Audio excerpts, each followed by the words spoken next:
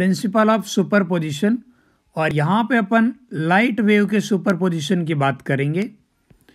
वैसे sound wave का superposition आप ऑलरेडी पढ़ चुके हो, और नॉर्मल सुपरपोजिशन का मीनिंग भी यही होता है कि भाई एक से ज़्यादा कोई चीज़ हो रही है तो जो रिजल्टेंट आउटकम रहेगा वो इंडिविजुअल जो रेस्पॉन्स रहता है सबको आप एडिशन के इक्वल रहेगा। अब वो रेस्पॉन्स आपका यदि वेक्टर क्वांटिटी था आप वेक्टर एडिशन की बात करोगे, और वो स्केलर रहता है आप अलजेब्रिक सम की बात करोगे। ठीक है, तो यहाँ पे भी अपन वही बात कर रहे हैं लाइट के सुपरपोजिशन के अंदर, बिल्कुल जैसे साउंड के सुपरपोजिशन बोला था ना, व्हेन टू और मोर waves simultaneously pass through a point, the disturbance of the point is given by the sum of the disturbances each wave would produce in the absence of other waves। यानी कि यहाँ पे कहीं भी एक general point ले लेता हूँ, ये ले लिया मैंने P, और इस P पॉइंट से एक से ज़्यादा वेव पास हो रही है। सपोज एक वेव इस तरीके से पास हो रही है, और इस वेव की प्रेजेंस की वजह से P पॉइंट पे जो डिस्टर्बेंस आ रहा है उसे आप y1 लिख रहे हो, mathematical equation y1 vector.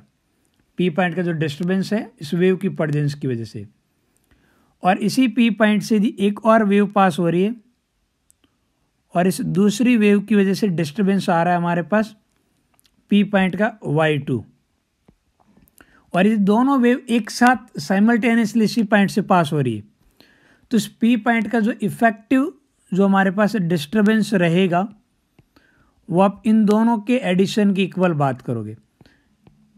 y1 मतलब यदि y2 वाली वेव सेकंड वेव नहीं होती तो फर्स्ट वेव की वजह से डिस्टर्बेंस कितना होगा, वो है हमारे पास y1। y2 क्या है, फर्स्ट वाली वेव नहीं होती तब फर्स्ट वेव की वजह से P पॉइंट का डिस्टर्बेंस, तो दोनों एक साथ जाएगी तो दोनों का रिजल्टेंट ले लेंगे। यदि डिस्टर्बेंस वेक्टर क्वांटिटी में वेक्टर फॉर्म में ऐड कर रहा हूँ, और वेक्टर में भी यदि ये पता चल जाए कि y1 और y2 दोनों एक ही लाइन पे आ रहे हैं तो वहाँ पे आप वेक्टर में ये जो आपस वेक्टर एडिशन है उसकी जगह आप अलजेब्रिक एडिशन भी कर सकते हो। ये कब कर सकते हो, यदि में ये पता चल जाए if y1 and y2 are in same direction, एक ही डायरेक्शन में हो या फिर बोलूँ एक ही लाइन पे हो तो भी चलेगा। एक ही लाइन पे होगा तो आप प्लस माइनस हैंडल कर सकते हो डायरेक्शन को। इस तरीके से ये जो स्टेटमेंट है ना कि आप उनके डिस्टर्बेंस को ऐड कर सकते हो, इसी को हम बोलते हैं सुपरपोजिशन। इलेक्ट्रोस्टेट के अंदर आप सुपरपोजिशन के नाम पे वहाँ फोर्स को ऐड करते हो, इलेक्ट्रिक फील्ड के रिजल्टेंट की बात करते हो, यहाँ अपन बात कर रहे हैं डिस्प्लेसमेंट की। ठीक है भाई, डिस्प्लेसमेंट के अलावा कुछ भी डिस्टर्बेंस के नाम पे कुछ भी हो सकता है, जो भी डिस्टर्बेंस है उनके एडिशन की बात कर रहे हैं सुपरपोजिशन के अंदर। बराबर है। अब आगे बढ़े, एक काम कर लेते हैं, एक जनरल इक्वेशन ले लेता हूँ मैं वेव की। मान लो एक वेव की जनरल इक्वेशन है y is equal to a sine omega T plus five. तो इस जनरल इक्वेशन की हेल्प से अपन कुछ जो टर्म्स यहाँ यूज होती है उनको बात कर लेते हैं, वो क्या होगी। ठीक है, तो यहाँ पे y हमारे पास डिस्टर्बेंस रहेगा, डिस्टर्बेंस के नाम पे जैसे साउंड वेव के अंदर y हमारे पास डिस्प्लेसमेंट हो सकता था, प्रेशर हो सकता था, यहाँ लाइट के अंदर ये आपस इलेक्ट्रिक फील्ड हो सकता है, कुछ और हो सकता है। तो ये एक डिस्टर्बेंस है जिसकी हम बात कर रहे हैं। और ये जो आपके पास a यहाँ पे आ रहा है इक्वेशन में, ये बेसिकली मैक्सिमम वैल्यू है, मैक्सिमम वैल्यू या फिर बोलूँ पीक वैल्यू उस डिस्टर्बेंस की, या फिर अपन यहाँ पे एक और बात कर रहे हैं, इसे अपन बोल सकते हैं एम्पलीट्यूड, एम्पलीट्यूड ऑफ डिस्टर्बेंस। ठीक है, और ये जो अपन यहाँ नंबर लिखा जा रहा है omega T plus five,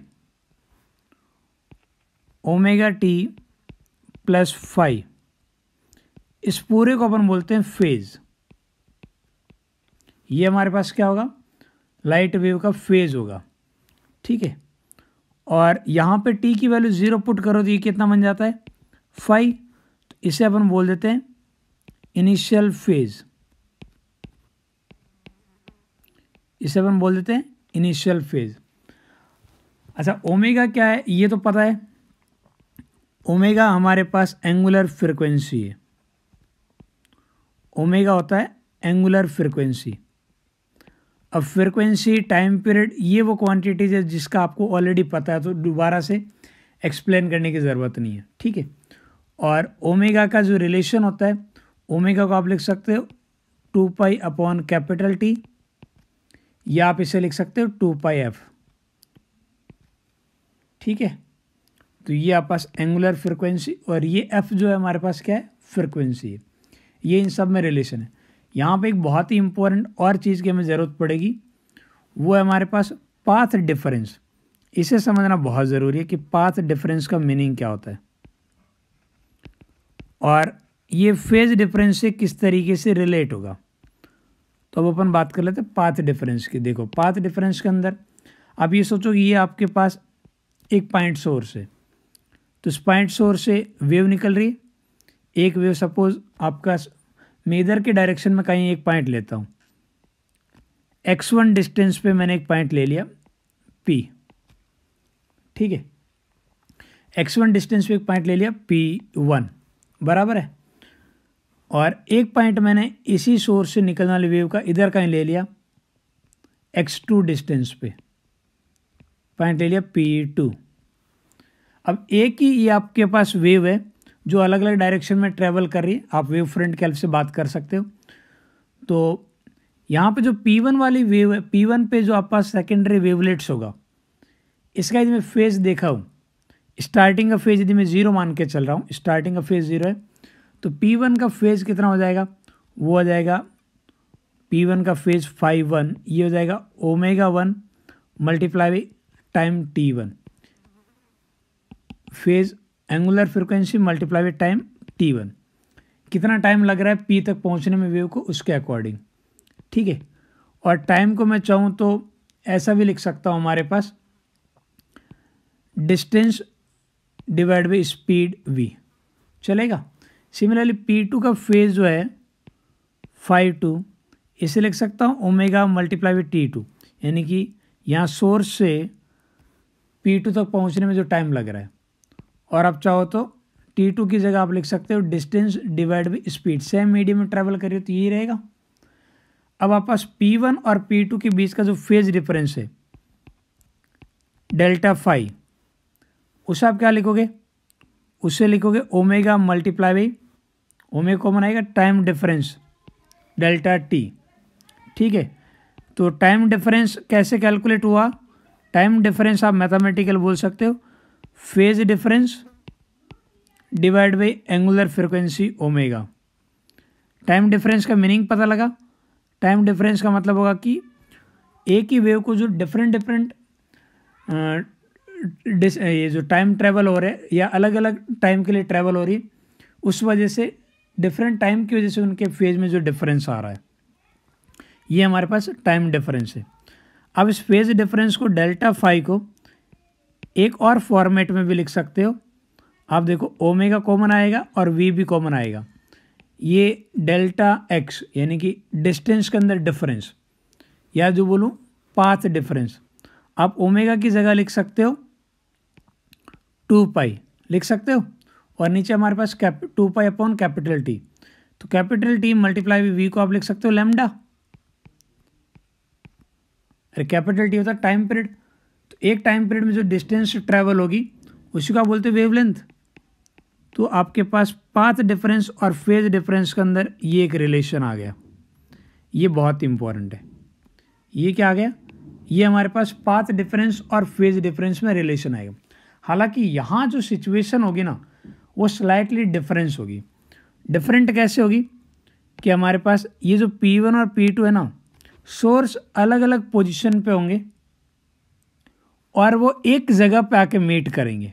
suppose P1 की जगह एक सोर्स हो S1 और P2 की जगह एक सोर्स हो S2, और ये दोनों सोर्स सेम फ्रिक्वेंसी वाली वेव प्रोड्यूस करे, ठीक है, और स्टार्टिंग में इन दोनों का फेज सेम हो, तो जैसे ये S पे मिलेंगे तो डिफरेंट पाथ ट्रैवल करने की वजह से इनका फेज में डिफरेंस आ जाएगा, हाँ है ना।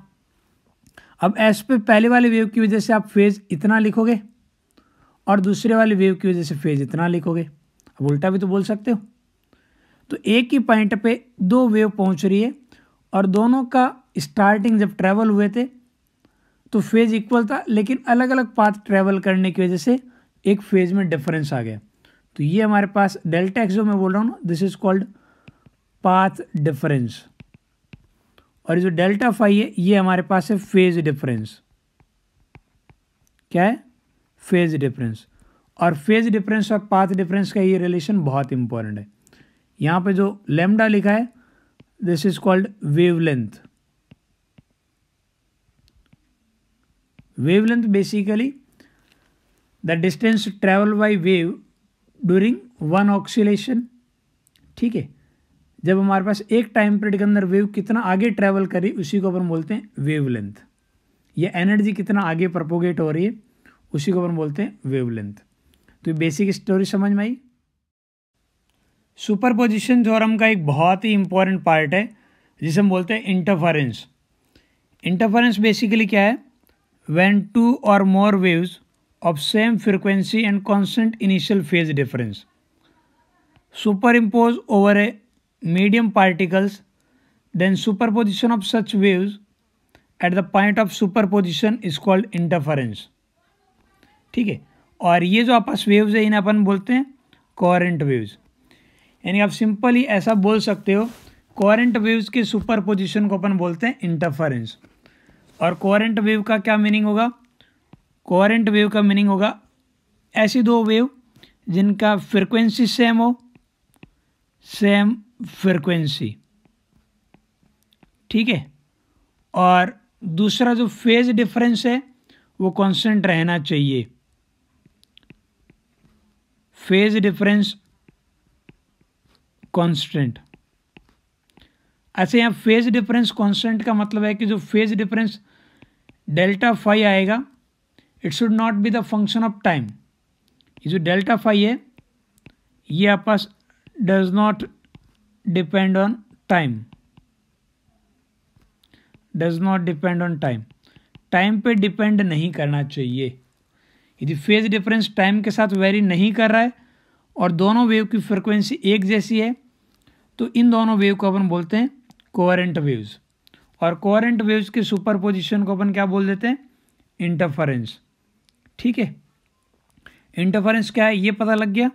अब बात आती है कि ये कोहेरेंट वेव्स मिलेगी कैसे, या फिर बोलूँ कि जहाँ पे ये जिन सोर्स से आपके पास कोहेरेंट वेव प्रोड्यूस होती है हम उन्हें बोलते हैं कोहेरेंट सोर्स।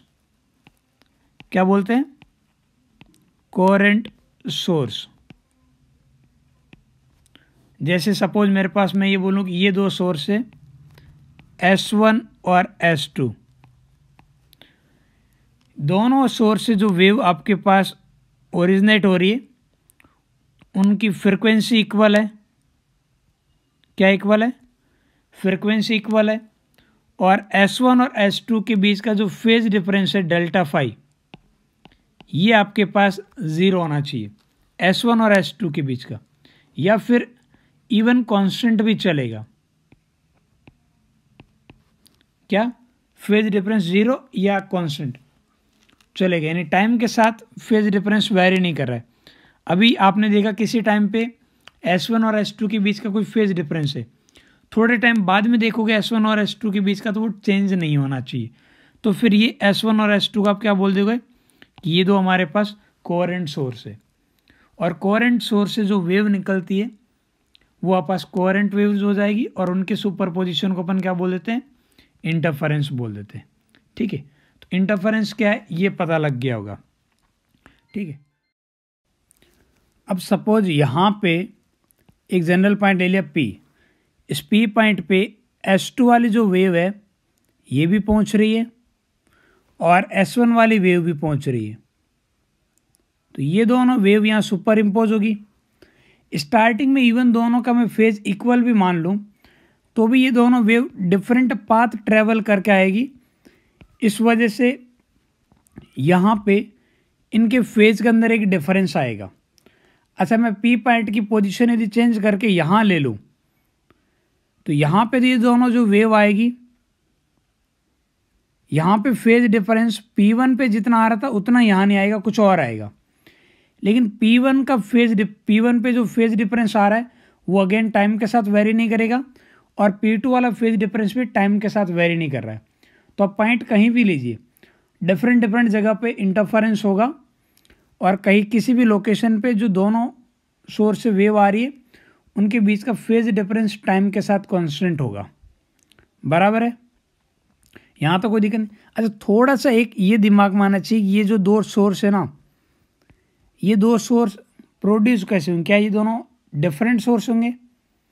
तो दो डिफरेंट सोर्स कभी भी कोहेरेंट हो ही नहीं सकते। तो फिर ये अपन कैसे बातें कर पा रहे हैं? बेसिकली हम एक ही लाइट बीम को स्प्लिट करेंगे।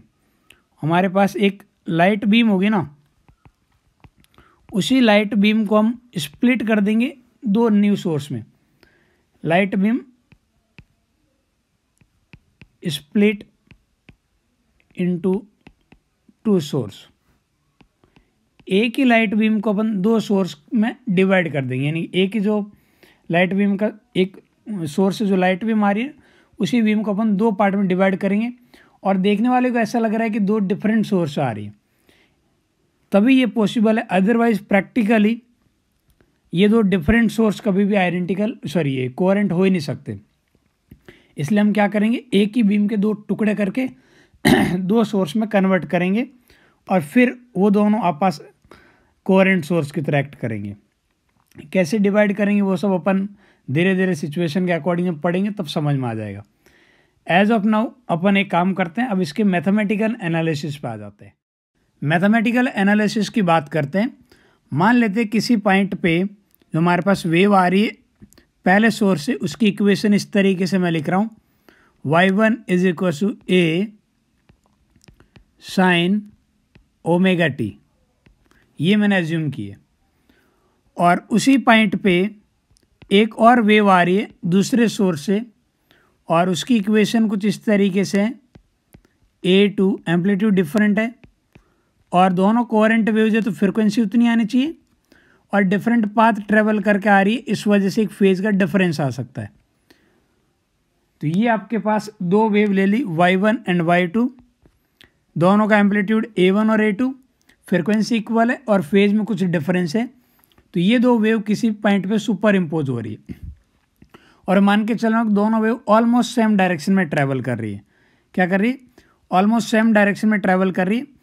तो फिर जो रिजल्टेंट आपके पास डिस्टर्बेंस होगा उसको आप दोनों के सुपर पोजिशन से लिख सकते हो, और इन दोनों का जो सुपर पोजिशन होगा उसी को अपन क्या बोलेंगे? इंटरफेरेंस, क्योंकि ये दोनों कोहेरेंट वेव्स है। बराबर है, वैल्यू पुट कर देते हैं। तो ये बन रहा है हमारे पास a1 साइन ओमेगा टी, और नेक्स्ट इक्वेशन क्या है? a2 sine omega T plus some phase phi, ये आ रहा है। एक काम करते हैं, आगे वाले में साइन a प्लस बी का फॉर्मूला लगा देता हूँ। साइन a प्लस बी का फॉर्मूला क्या हो जाता है? Sine a cos b plus cos a sine b, यही होता है। अच्छा, यहाँ पे इस ब्रैकेट को ओपन करो। ब्रैकेट को ओपन करते तो हमारे पास जो टर्म्स आ रही है साइन ओमेगा टी वाली एक जगह लिख देता हूँ। तो ये बन रहा है a1 plus a2 cos phi sine omega T plus a2 sine phi और कॉस ओमेगा टी। अच्छा, एक चीज़ पे ध्यान दीजिए, हमने कहा था कि जो फेज डिफरेंस फाई रहेगा, यहाँ पे फेज डिफरेंस की बात करो तो ये आ रहा है, ये आपस टाइम पे डिपेंड नहीं करेगा। तो ये फेज डिफरेंस एक तरीके से कांस्टेंट है। अरे टाइम के रिस्पेक्ट में देखा जाए तो कांस्टेंट है ना। तो रिजल्टेंट डिस्टर्बेंस की जो इक्वेशन है उसमें ये वाले जो ब्रैकेट के अंदर लिखी हुई टर्म्स हमारे पास कांस्टेंट है। तो उसको थोड़ी देर के लिए मैं नया वेरिएबल मान लेता हूँ। जैसे इस पूरे की जगह मैं लिख देता हूँ कैपिटल R cos थीटा, और इस पूरे की जगह मैं लिख देता हूँ कैपिटल R sin थीटा। तो हमारी इस तरीके से फॉर्मेट में दिखेगा R cos theta sin omega T plus R sin theta cos omega T. समझ में आ रही बात? और यहाँ पे अब मैं साइन ए प्लस बी से बात करूँ, कैपिटल R तो कॉमन आ जाएगा और अंदर वाला फॉर्मूला क्या बनेगा साइन ए प्लस बी का, तो इस पूरे को लिख सकता हूँ sign omega T plus theta. तो ये जो फाइनल रिजल्ट आ रहा है उसको देखो। फाइनल रिजल्ट हमें ये सजेस्ट कर रहा है कि जो रिजल्टेंट वेव है वो भी बिल्कुल वैसी ही वेव है जैसे हमारे पास दोनों वेव थी, बिल्कुल उतनी फ्रिक्वेंसी की। बस डिफरेंस क्या आ रहा है, उसका इनिशियल फेज कुछ डिफरेंस आ गया और उसका जो एम्पलीट्यूड है वो डिफरेंट है। उसका एम्पलीट्यूड और उसके इनिशियल फेज को अपन थोड़ा कैलकुलेट करते हैं। अब अपन ने यहाँ पे R साइन थीटा और R cos थीटा किसे माना वो देखो। यानी कि मैं R साइन थीटा मैंने बोला है किसकी जगह, A2 साइन फाई, इसकी जगह बोला है इक्वेशन नंबर 2। ये हमारे पास इक्वेशन नंबर 1, ठीक है। और R cos थीटा की यदि मैं बात करूं तो R cos थीटा किसको बोला मैंने, A1 plus A2 cos phi, इसको बोला है। ये इक्वेशन नंबर 3। अब यदि इक्वेशन 2 और 3 से बात करूं तो 2 और 3 से यदि मेरे को R की वैल्यू निकालनी है तो इक्वेशन 2 और 3 का स्क्वायर करके ऐड करो तो क्या बनेगा R स्क्वायर, अंदर बनेगा sine square theta plus cos square theta 1, उधर बनेगा A2 का स्क्वायर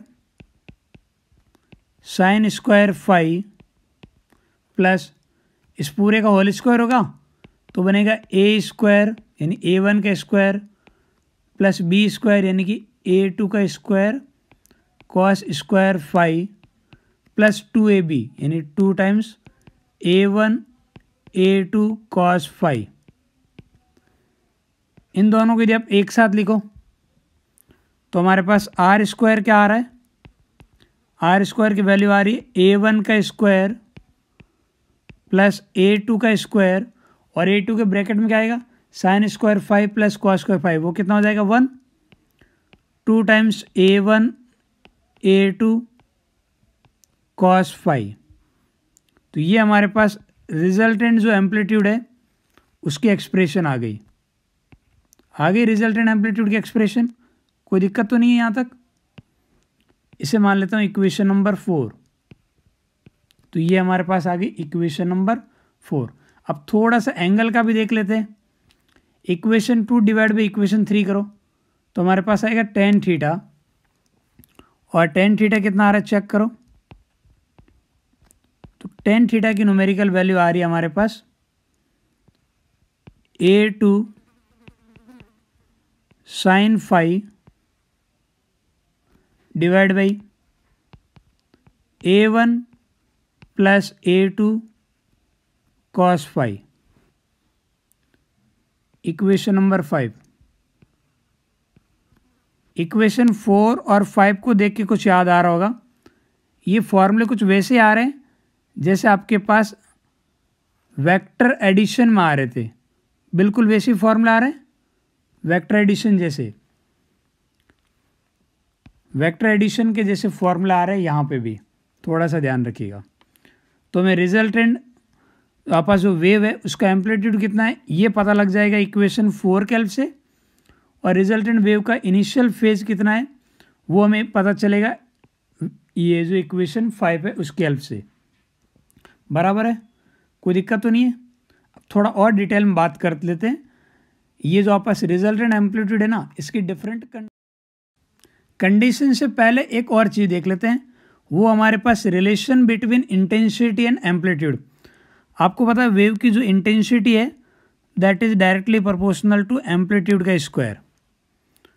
तो यहाँ पे ये प्रोपोर्शनलिटी कांस्टेंट लिखते हो, मान लेते हैं मैंने के मान लिया, तो इस फॉर्मेट में आप बोल सकते हो इंटेंसिटी और एम्पलीट्यूड के अंदर रिलेशन होगा। तो जो हमारे पास इक्वेशन नंबर 4 दिख रही है उस पूरे को एक कांस्टेंट के से यदि आप मल्टीप्लाई करोगे तो क्या बनेगा, K times R square is equal to K times A1 का स्क्वायर प्लस के टाइम्स A2 का स्क्वायर प्लस 2। आगे वाले पार्ट को मैं ऐसा लिख दूं, देखना A1 को लिख सकता हूं अंडर रूट A1 का स्क्वायर और के को मैं 2 पार्ट में लिख देता हूं अंडर रूट के मल्टीप्लाई बाय अंडर रूट के, और इस पूरे को स्प्लिट कर देता हूं इस तरीके से। तो इक्वेशन 4 को मैंने के से मल्टीप्लाई किया तो कुछ ऐसी दिख रही है। अब आपको पता है इस पूरे को मैं लिख सकता हूं रिजल्टेंट इंटेंसिटी, और ये आपस intensity due to the wave 1 और ये intensity due to the wave 2, और ये आगे 2 times under root I1 under root I2 cos phi. ये हमारे पास इंटेंसिटी के अंदर रिलेशन आ गया रिजल्टेंट वेव की, ठीक है। इसे मान लेते हैं इक्वेशन 6। अब अपन एम्पलीट्यूड की जो अलग अलग सिचुएशन है ना, या उनकी वैल्यूज़ के अलग अलग कॉम्बिनेशन पे बात कर लेते हैं। इक्वेशन 4 को आप देखते रहिए। इक्वेशन 4 के अकॉर्डिंग आप बोल सकते हो कि हमारा जो आर है वो मैक्सिमम कितना हो सकता है, ठीक है। या बोलूँ आर मैक्सिमम कब आएगा, देखो आर मैक्सिमम तभी आएगा जब cos फाई मैक्सिमम हो। आर मैक्सिमम कब होगा, जब हमारे पास cos फाई मैक्सिमम होगा तभी आर मैक्सिमम आएगा, और cos फाई की मैक्सिमम वैल्यू क्या पॉसिबल है, 1। इतनी पॉसिबल है, यदि cos फाई की मैक्सिमम वैल्यू 1 पॉसिबल है, और 1 कब आती है, जब हमारे पास ये जो फाई है ये 0 डिग्री हो, या फिर 2 पाई हो रेडियन के अंदर, 4 पाई, 6 पाई, या फिर मैं इसे शॉर्ट में जनरलाइज फॉर्मूले में लिख सकता हूँ कि हमारा जो फेज फाई है या जो फेज डिफरेंस है, फाई तो फेज डिफरेंस था ना, तो फेज डिफरेंस कितना होगा, 2 पाई एन, कितना हो 2 पाई एन, और यहाँ पे एन हमारे पास इंटीजर नंबर होगा। एन हमारे पास 0, 1, 2, 3 इस तरीके से होगा। इवन यदि नेगेटिव वैल्यू भी हो, 2 पाई हो या फिर -2 पाई हो, एक ही बात है, तो ये प्लस माइनस दोनों वैल्यू चलेगी। एन हमारे पास इंटीजर नंबर होने वाला है। तो यहाँ पे आपके पास जो रिजल्टेंट एम्पलीट्यूड है इस कंडीशन में मैक्सिमम होगा, ठीक है। ये वो कंडीशन है जब आपके पास रिजल्टेंट एम्पलीट्यूड मैक्सिमम होगा। ये मैक्सिमम एम्पलीट्यूड की कंडीशन है, लेकिन किस फॉर्म में है, फेज डिफरेंस की फॉर्म में। आपको पता है पाथ डिफरेंस और फेज डिफरेंस में रिलेशन होता है। आप पाथ डिफरेंस डेल्टा एक्स इसको लिख सकते हैं ना, lambda divide by 2 pi multiply phase difference delta phi, और फेज डिफरेंस की वैल्यू कितनी है आपके पास, 2 पाई एन, तो ये आ गया आपके पास एन लैम्डा। ये कंडीशन आ गई in terms of path difference. अब आप एन की वैल्यू पुट करोगे तो ये कितने आएगी, path difference 0 plus minus lambda plus minus 2 lambda plus minus 3 lambda integer multiple of lambda. ये अगेन आपके पास कंडीशन लिखी है मैंने मैक्सिमम एम्पलीट्यूड की। मैक्सिमम एम्पलीट्यूड की कंडीशन है in terms of path difference, ठीक है। अब बात कर लेते हैं भाई मैक्सिमम एम्पलीट्यूड होगा कितना, आर की मैक्सिमम वैल्यू होगी कितनी। आर मैक्सिमम होगा बढ़िया है, लेकिन आर की जो मैक्सिमम वैल्यू है वो कितनी हो सकती है। अब चेक करो इक्वेशन 4 के अकॉर्डिंग, जैसे आप cos फाई की जगह 1 रखोगे ये बनेगा A1 प्लस A2 का होल स्क्वायर, तो R square is equal to A1 plus A2 का होल स्क्वायर। तो आर कितना हो जाएगा, A1 प्लस A2, यानी कि मैक्सिमम एम्पलीट्यूड बेसिकली दोनों वेव के एम्पलीट्यूड का डायरेक्ट एडिशन होगा, वही आपस मैक्सिमम एम्पलीट्यूड होगा। और जो इंटेंसिटी की बात कर लेते हैं, रिजल्टेंट इंटेंसिटी, ये भी मैक्सिमम आ जाएगी। देख लो, रिजल्टेंट जो इंटेंसिटी है इसको आप इस फॉर्मेट में भी तो लिख सकते हो, √I1 प्लस √I2 इस पूरे का होल स्क्वायर, सॉरी हाँ, पूरे का होल स्क्वायर कब आएगा? At cos phi is equal to 1।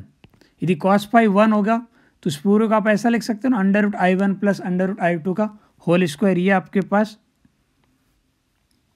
Value आएगी इंटेंसिटी आई की, आएगी ना। तो मैं इंटेंसिटी आई को ऐसा लिख सकता हूँ,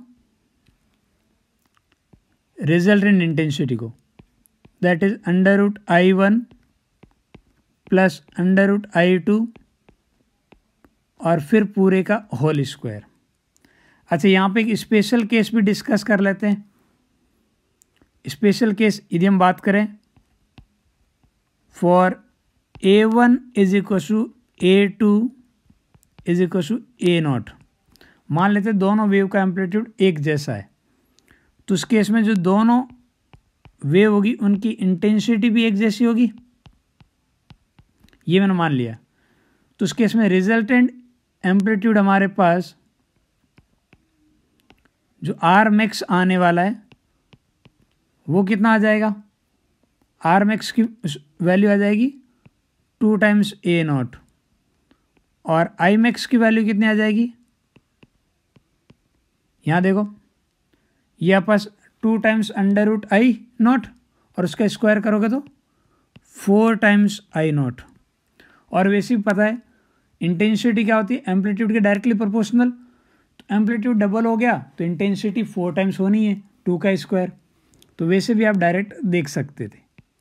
तो ये अपने वो कंडीशन डिस्कस किए जब हमारे पास रिजल्टेंट एम्पलीट्यूड क्या है, ये मैक्सिमम आता है। उस वाले पार्ट को अपन ने डिटेल में बात किया है। और जब रिजल्टेंट एम्पलीट्यूड मैक्सिमम आता है ना, इस कंडीशन को अपन बोलते हैं constructive interference. Constructive interference.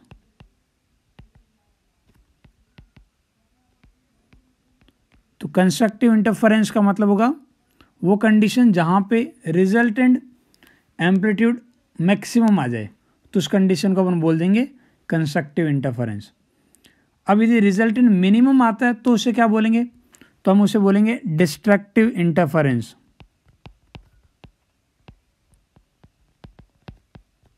Destructive interference. Destructive interference कब बोलेंगे? जब रिजल्टेंट एम्पलीट्यूड मिनिमम आ जाए, यानी कि आर की वैल्यू यदि मिनिमम हो तो उस कंडीशन को अपन बोलेंगे डिस्ट्रक्टिव इंटरफेरेंस। और आपको पता है आर मैक्सिमम तभी आएगा एट cos phi। ये जो cos phi की वैल्यू है ये मिनिमम आएगी तभी आर मिनिमम आएगा, ठीक है। और cos phi की मिनिमम वैल्यू कितनी हो सकती है? 0 मत बोल देना, -1 होगी। कितनी है? -1। यदि मिनिमम वैल्यू -1 है और -1 आता कहाँ है? cos की वैल्यू ये आता है हमारे पास एंगल पाई पे, 3 पाई पे, 5 पाई, 7 पाई, इस तरीके के ऑड मल्टीपल ऑफ पाई। किस पर आ रहा है? Odd multiple of pi. Odd multiple को मैं ऐसा लिख सकता हूँ 2n + 1 पाई और 2n - 1 पाई भी लिख सकते हो, वो आपकी मर्जी, आप कैसे लिखना चाह रहे हो। जब प्लस लिखते हो माइनस लिखते हो उसके अकॉर्डिंग n की जो काउंटिंग है वो अलग टाइप से स्टार्ट हो जाएगी। जैसे मैंने यदि ऐसे लिखा है तो यहाँ पे अब n की जो काउंटिंग स्टार्ट होगी ना, वो वापस n = 0 से देखो, 0 पे वापस आएगा पाई, 0 1 2 3 इस तरीके से स्टार्ट होगा। और यदि मैंने -1 लिखा है तो काउंटिंग 1 से स्टार्ट करनी पड़ेगी मुझे, ठीक है। अब प्लस लिखो माइनस लिखो कोई खास फर्क नहीं पड़ता, ठीक है भाई। लेकिन ऑड मल्टीपल ऑफ पाई आएगा। और इसी को यदि मुझे पाथ डिफरेंस के टर्म्स में लिखना पड़े डेल्टा एक्स, तो वो रहेगा lambda divide by 2 pi multiply phase difference. तो फेज डिफरेंस कितना है 2n + 1 मल्टीप्लाई पाई या 2n - 1 मल्टीप्लाई पाई, कुछ भी लिख सकते हो आप, कोई दिक्कत नहीं, दोनों ही बढ़िया है। बस n की काउंटिंग अलग तरीके से होगी और कोई दिक्कत नहीं है। तो डेल्टा एक्स कितना आ रहा है, यह आ रहा है पास 2n + 1 लेमडा बाई 2। अब आप n की वैल्यू पुट करो, 0 पुट करोगे कितना आएगा लेमडा बाई 2, 1 पुट करोगे तो 3 lambda by 2, 5 lambda by 2, 7 lambda by 2, यानी odd multiple of lambda by 2। आपको सब माइनस वाला भी ले सकते हो, एंगल में जो मैंने लिया ना, आप पाई लो या प्लस माइनस पाई लो, दोनों ही चलेगा। सिमिलर लेमडा में भी प्लस माइनस भी चलेगा, कोई दिक्कत नहीं। ठीक है, तो ये आ गया आपस पाथ डिफरेंस की फॉर्म में डिस्ट्रक्टिव इंटरफेरेंस की कंडीशन, और ये हमारे पास फेज डिफरेंस की फॉर्म में डिस्ट्रक्टिव इंटरफेरेंस की कंडीशन, कोई दिक्कत नहीं है। अच्छा, डिस्ट्रक्टिव इंटरफेरेंस में जो रिजल्टेंट एम्पलीट्यूड है वो हमारे पास मिनिमम रहेगा, और वो मिनिमम वैल्यू कितनी हो जाएगी, जैसे आप cos फाई को 1 लिखोगे तो बनेगा a1 - a2, जो बड़ी वैल्यू है a1 - a2 का होल स्क्वायर = r स्क्वायर, तो r कितना होगा a1 - a2 का मोड। a1 बड़ा होगा तो a1 - a2 कर देंगे, और a2 बड़ा होगा तो a2 - a1 कर देंगे। सिमिलरली जो इंटेंसिटी है वो हमारे पास मिनिमम रहेगी, और मिनिमम इंटेंसिटी कितनी आएगी √I1 - √I2 पूरे का होल स्क्वायर। ठीक है, और यहाँ पे फिर से उस स्पेशल केस की बात कर लेते हैं कि यदि हमारे पास दोनों सोर्स आइडेंटिकल हुए, इफ़ a1 = a2 = a0, तो हमारे पास दोनों वेव की इंटेंसिटी भी इक्वल होगी। ठीक है, तो उस केस में जो मिनिमम वैल्यू रहेगी आर की वो कितनी रहेगी 0, और मिनिमम वैल्यू जो इंटेंसिटी की रहेगी वो भी कितनी रहेगी, वो भी हमारे पास 0। तो ये हमारे पास कंडीशन हो गई। तो हमने डिस्ट्रक्टिव और कंस्ट्रक्टिव दोनों टाइप के इंटरफेरेंस की बात कर ली, उनकी कंडीशन की बात कर रहे थे पाथ डिफरेंस के टर्म में और फेज डिफरेंस के टर्म्स में। ठीक है, एक कंडीशन पता हो पाथ में तो आप फेज की निकाल सकते हो, और फेज की पता हो तो पाथ के बारे में बात कर सकते हो, कोई दिक्कत तो नहीं है ना। तो ये हमारे पास आ गया मैथमेटिकल एनालिसिस। इंटरफेरेंस के रिजल्ट को थोड़ा बढ़िया से देखते हैं। तो रिजल्टेंट एम्पलीट्यूड का ये रिजल्ट आया था, और जो रिजल्टेंट वेव है उसका इनिशियल फेज इस तरीके से अपने डेराइव किया था। ठीक है, यहाँ पे a1 बेसिकली वेव 1 का एम्पलीट्यूड है, a2 वेव 2 का एम्पलीट्यूड है, और 5 बेसिकली फेज डिफरेंस था 1 और 2 के बीच में। और मोर प्रिसाइजली आप बोल सकते हो वहाँ पे जो वेव 2 थी वो वापस 5 फेज से आगे थी पहले वाले के रिस्पेक्ट में। ऐसी अपन ने इक्वेशन लिखी थी ना, एक लिखा था अपन equation y = a1 sin ω_t, और दूसरी इक्वेशन अपन ने लिखी थी y2 = a2 sin ω_t + 5।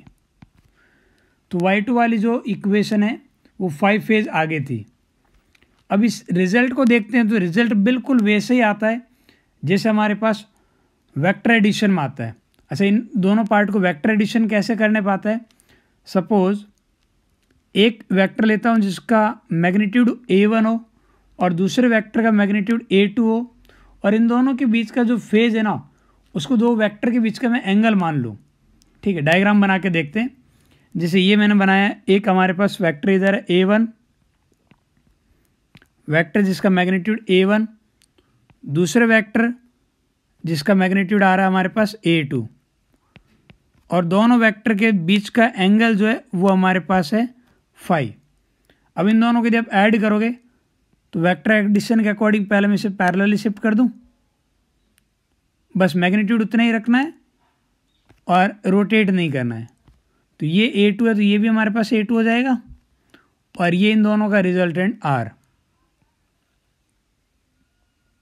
ये हमारे पास रिजल्टेंट मैग्नीट्यूड रहेगा r, और रिजल्टेंट मैग्नीट्यूड A1 के साथ थीटा एंगल बना रहा है, तो यहाँ पे आप टेन थीटा वैसे ही लिखोगे और जो R की न्यूमेरिकल वैल्यू लिखोगे R square is equal to A1 का स्क्वायर प्लस A2 का square plus 2A1 A2 cos phi.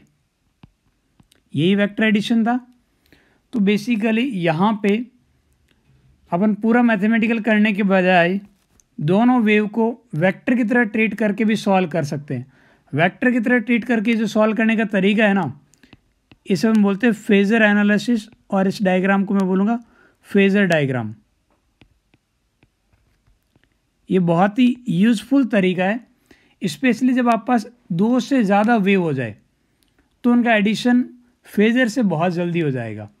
ठीक है, तो आगे से आप जब भी इंटरफेरेंस की बात हो तो जो वेव गिवन है, वेव के एम्पलीट्यूड को आप वेक्टर के मैग्नीट्यूड की तरह ट्रीट करेंगे, और दो वेव के बीच का जो फेज डिफरेंस है उसको अपन दो वेक्टर के बीच का एंगल लेंगे और इस तरीके से रिजल्टेंट वेक्टर निकालेंगे।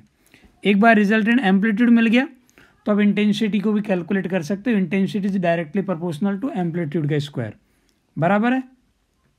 ये लास्ट वाली स्टोरी आपको दिमाग में रखनी है। पूरे मैथमेटिकल पार्ट अब आप भूल भी जाओगे तो कोई फर्क नहीं पड़ता।